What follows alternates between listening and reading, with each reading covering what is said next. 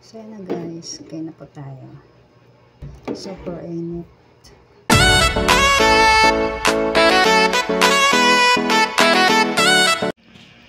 Hello guys, good morning.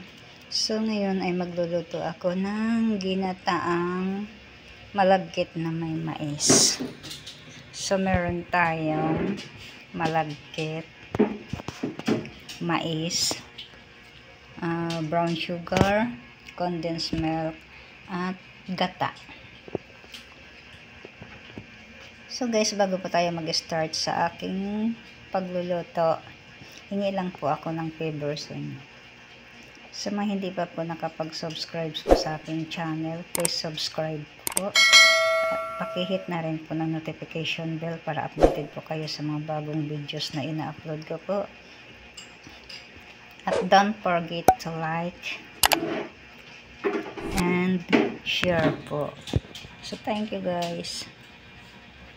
So guys, ayun na, sinalang ko lang po yung malagkit. So hinugasan ko po yan ng 2 beses.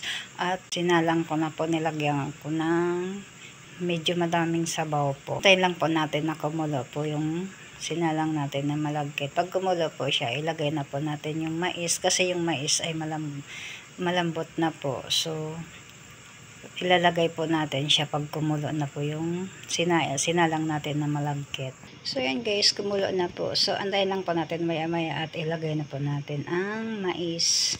Kasi kakukulo lang po niya. So maya maya po konti. So guys, ilagay na po natin yung ating mais.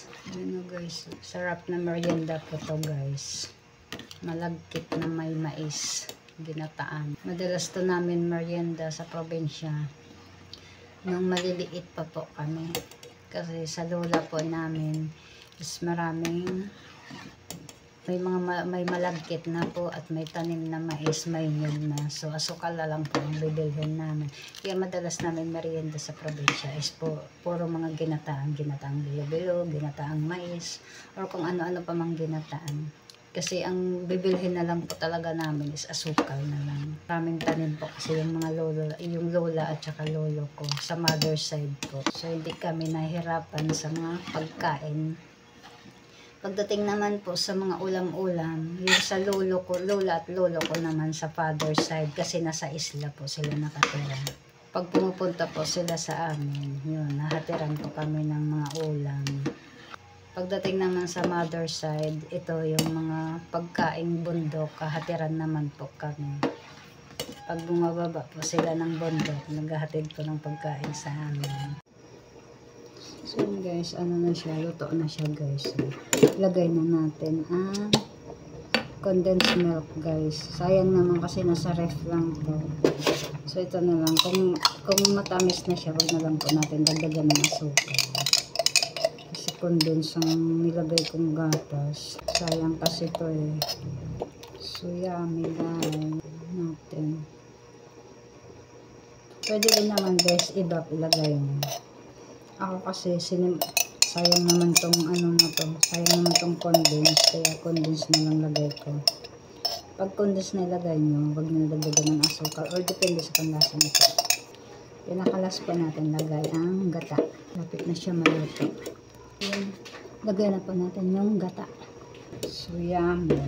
Pure gata po to guys, unang piga yung kokomama. Kaya pwede mo siya ilagay sa sa mga minatamis na lulutuin mo kasi wala naman siyang kumbaga purong gata po to, unang piga po to. Yung ibang brand po kasi ng ganito is hindi siya pwede gamitin sa mga ginataan na matatamis, pang ulam lang, pero ito pwede po siya, pwede siya sa biko, pwede sa gulay or lahat kasi unang piga po siya, is pure gata po talaga. Luto na ang aking ginataang mais. Kainan na po.